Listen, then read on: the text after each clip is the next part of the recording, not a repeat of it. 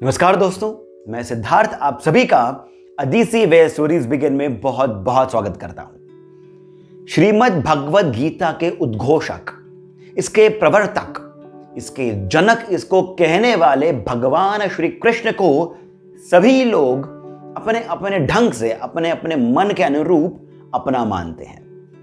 जहां गृहस्थों के लिए ये लीलाधर है, मधुसूदन है, वहीं बालक बालिकाओं के लिए, बच्चों के लिए ये उनके सखा हैं, उनके गोपाल हैं, उनके गोविंद हैं। वहीं पर ही योगियों के लिए, साधकों के लिए ये ही योगेश्वर है।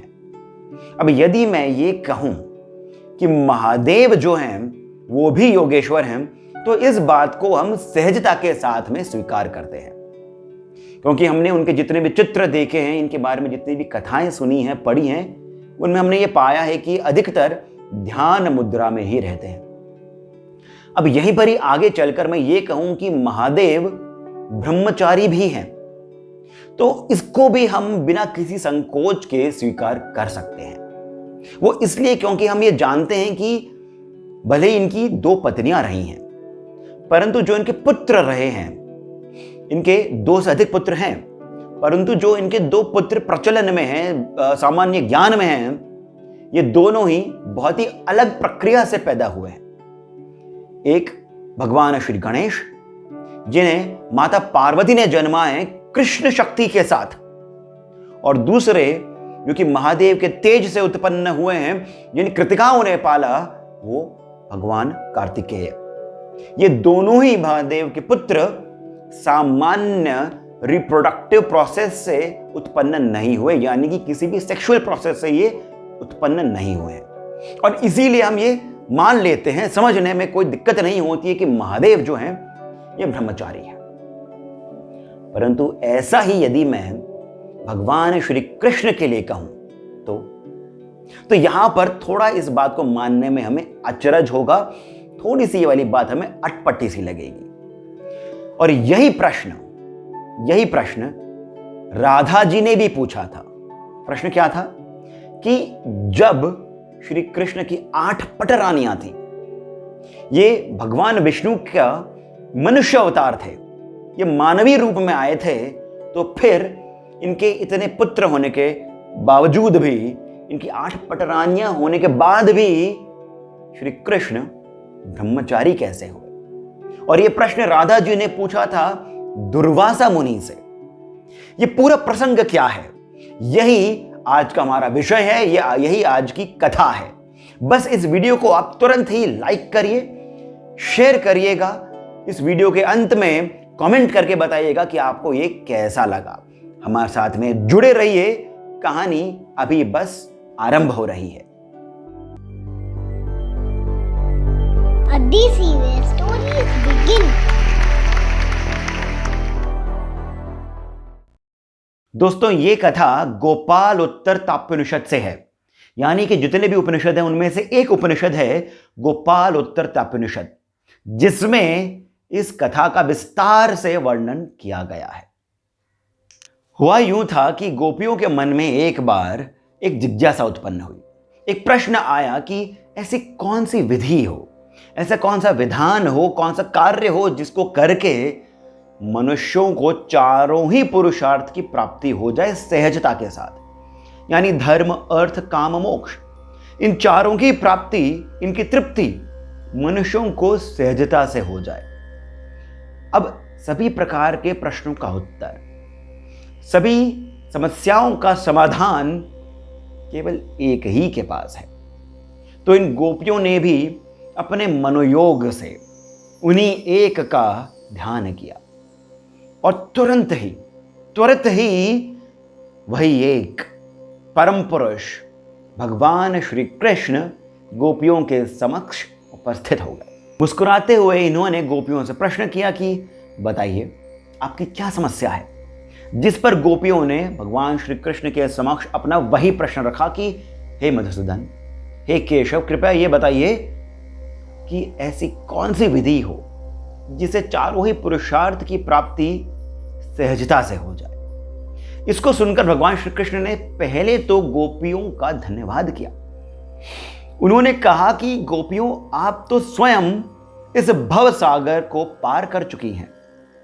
तो ये प्रश्न अवश्य ही आपका अपने लिए नहीं है, ये अवश्य ही मनुष्य के कल्याण के लिए है। और इसी के लिए मैं आपका धन्यवाद करता हूं कि आप लोक कल्याण के लिए सोचती रहती हैं। अब मैं आपको वो सहज उपाय बताता हूं। तो श्री कृष्ण ने कहा कि केवल सत्संग ही एक ऐसा उपाय है जिससे सहजता के साथ में धर्म, अर्थ, काम, मोक्ष की प्राप्ति हो सकती है। संतों के साथ उठना बैठना, संतों के साथ भगवान का स्मरण और संतों को अन्न दान देना, उनको भोजन कराना, यही वो उपाय है जिससे सभी प्रकार के पुरुषार्थ आप तुरंत ही प्राप्त कर सकते हैं। अब इस पर गोपियों ने पूछा कि हे माधव, आप ही हमें बता दीजिए कि हमारे आसपास ऐसे कौन से संत हैं, ऐसे कौन से महात्मा हैं जिन्हें जाकर के हम भोजन कराएं, उन्हें हम अन्नदान दें। तो इस पर श्री कृष्ण ने कहा कि अभी अभी यमुना के उस ओर दुर्वासा मुनि जी एक आश्रम में आकर के ठहरे हुए हैं, आप उन्हें ही भोजन करा दीजिए। इस संसार में उनसे बड़ा सन्यासी, उनसे बड़ा महात्मा और कौन है। ये सुनकर के गोपियां अति प्रसन्न हो गई और लग गई तरह तरह के पकवान बनाने के लिए। कोई पूड़ियां बना रहा है, कोई लड्डू बना रहा है, कोई खीर बना रहा है, कोई कढ़ी बना रहा है। सभी गोपियां अपने अपने मन के अनुरूप, मन के अनुसार जो उन्हें लगा कि दुर्वासा मुनि को ये खिलाना चाहिए, वो बनाने लग गई। दोस्तों, यहां पर ही हमें छोटी सी बात पर ध्यान देना आवश्यक है। ये बहुत ही मोटिवेटिंग पॉइंट है कि गोपियों को ही नहीं, समस्त जगत को भी ये पता था कि भले ही दुर्वासा मुनि महादेव का अंश हैं, पर उनका क्रोध बहुत अधिक है। वो यदि कुपित हो जाएं तो सामने वाले को श्राप मिलना तय है। फिर भी क्योंकि मधुसूदन ने कहा है, क्योंकि उनके गोपाल ने कहा है कि आप दुर्वासा मुनि को भोजन कराएं, तो सभी गोपियां बिना विलंब के, बिना किसी और प्रश्न के, बिना श्री कृष्ण से कुछ और भी अपनी बात रखे, बिना किसी डाउट के ये लग गई अपने कार्य में। मन में केवल एक ही बात थी कि हम किस प्रकार दुर्वासा मुनि को प्रसन्न कर दें। इसमें ना ही कोई डर था, ना ही इसमें किसी भी प्रकार की का लालच था, केवल सरल शुद्ध हृदय। और ये मोटिवेटिंग इसलिए है कि जब भी हम कोई स्वयं के लिए भी कोई लक्ष्य बनाते हैं, तब हम उस लक्ष्य के आसपास इतने सारे डाउट्स क्रिएट कर देते हैं कि हम उस पर आगे कार्य कर ही नहीं पाते हैं। हम सोचते हैं कि ये कैसे होगा, वो कैसे होगा, यदि किसी और ने कर दिया तो क्या होगा, यदि हम उस लक्ष्य तक नहीं पहुंच पाए तो क्या होगा।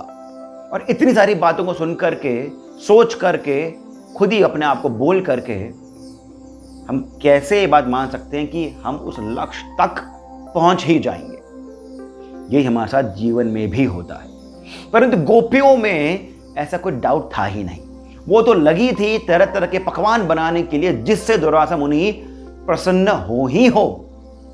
अब जब वो सब तरह के पकवान बना करके चली यमुना जी की ओर और पहुंची वो यमुना जी के घाट पर, गोपियों ने देखा कि जो नदी का जल है वो तो नदी से छलक रहा है, इधर जा रहा है, उधर जा रहा है। इतना अधिक जल का प्रवाह है कि कैसे ये नदी पार करी जाए। अब जब फिर से एक और समस्या आ गई तो गोपियों को फिर से मधुसूदन की याद आई, फिर से अपने विट्ठल की याद आई और समक्ष उनके आकर के खड़े हो गए उन्हीं के विट्ठल, उन्हीं के गोपाल, उन्हीं के गोविंद। श्री कृष्ण ने फिर से गोपियों से पूछा, बताइए मैं आपकी क्या सेवा करूं। जिस पर गोपियों ने कहा, हे कृष्ण, ये बताएं कि इतना अधिक जो जल है इसको पार करके हम उस ओर कैसे जाएं।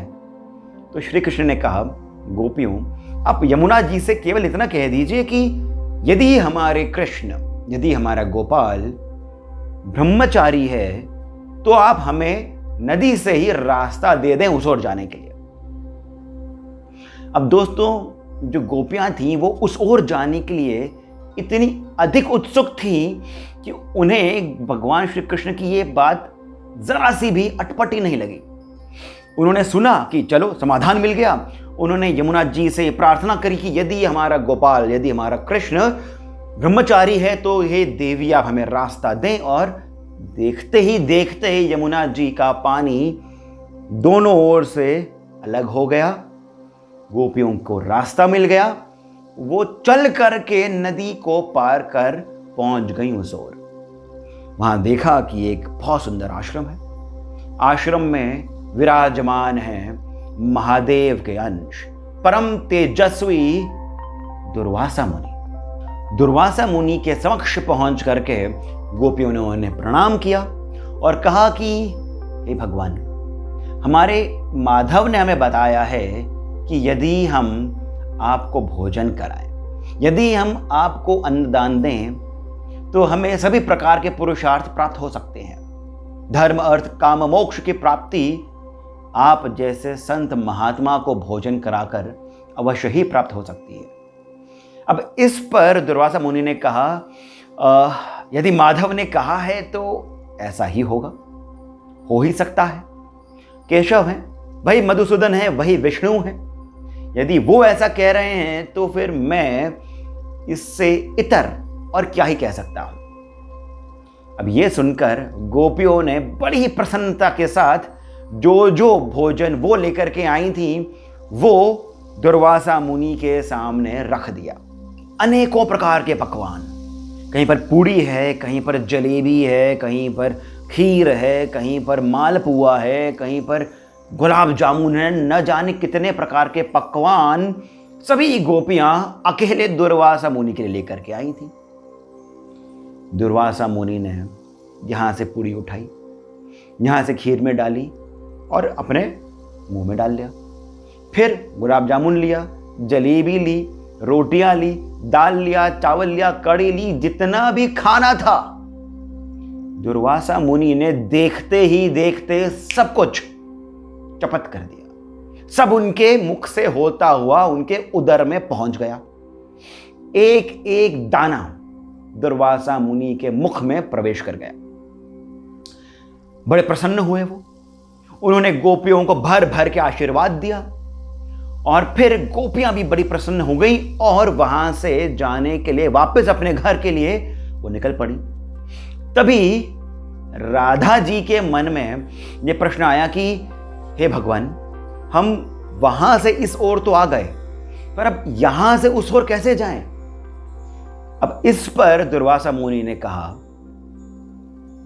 हे गांधारवी राधे, उपनिषदों में राधा जी को गंधर्वी बताया गया है और ये जो कहानी है ये भी एक उपनिषद से ही है। तो दुर्वासा मुनि ने राधा जी को कहा, हे गांधारवी राधे, आप यमुना जी के पास जाकर केवल इतना कह दीजिएगा कि यदि दुर्वासा मुनि आजीवन केवल ध्रुवा पर ही जीवित रहे हैं, ध्रुवा यानी घास, यदि दुर्वासा मुनि आजीवन केवल ध्रुवा पर ही जीवित रहे हैं तो कृपया आप हमें मार्ग दे दीजिए। अब यह सुनकर राधा जी को अब अचरज हुआ। उनके मन में प्रश्न आया कि हे मुनिवर, क्षमा करिए, पर अभी अभी आपने मेरी आंखों के ही सामने हम गोपियों के द्वारा लाया गया सारा भोजन समाप्त कर दिया। ये अन्न, ये भोजन 100 व्यक्ति खा सकते थे, आपने अकेले ने इसे खा लिया और अब आप ये कह रहे हैं कि आप केवल ध्रुवा पर ही जीवित रहते हैं। आप महात्मा हैं, महादेव के अवतार हैं, आप मिथ्या बोलें ऐसा तो हो नहीं सकता। तो मुझे इस बात का विश्वास है कि यमुना जी रास्ता अवश्य दे देंगी, परंतु हे मुनिवर, इस समस्या का समाधान करें कि आप कैसे इतना सारा भोजन करने पर भी केवल ध्रुवा पर ही जीवित कह रहे हैं अपने आप को, और कैसे माधव ने भी बोला कि वो ब्रह्मचारी है। ये दोनों ही बातें सत्य कैसे हैं? दोस्तों, अब इस कथा को मैं यहीं पर ही विराम देता हूं, एक छोटा सा कॉमा लगाता हूं। वो इस कारण क्योंकि जो उत्तर दुर्वासा मुनि ने दिया वो कनेक्टेड है उस कथा से, उन प्रसंगों से कि यदि भगवान श्री कृष्ण ब्रह्मचारी हैं तो उनके प्रद्युम्न और बाकी के अन्य पुत्र कैसे उत्पन्न हो गए।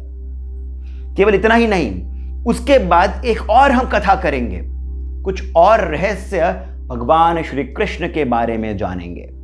तो इसी के साथ आप मुझे यानी सिद्धार्थ को जाने की अनुमति दीजिए, परंतु जाने से पहले इस वीडियो को लाइक करिए यदि अभी तक नहीं किया है, कमेंट करके मुझे इस कथा के बारे में बताइए, सब्सक्राइब अवश्य करिए, क्योंकि सब्सक्राइब करके ही आपको हमारे सभी कथाओं के नोटिफिकेशंस मिलते रहेंगे।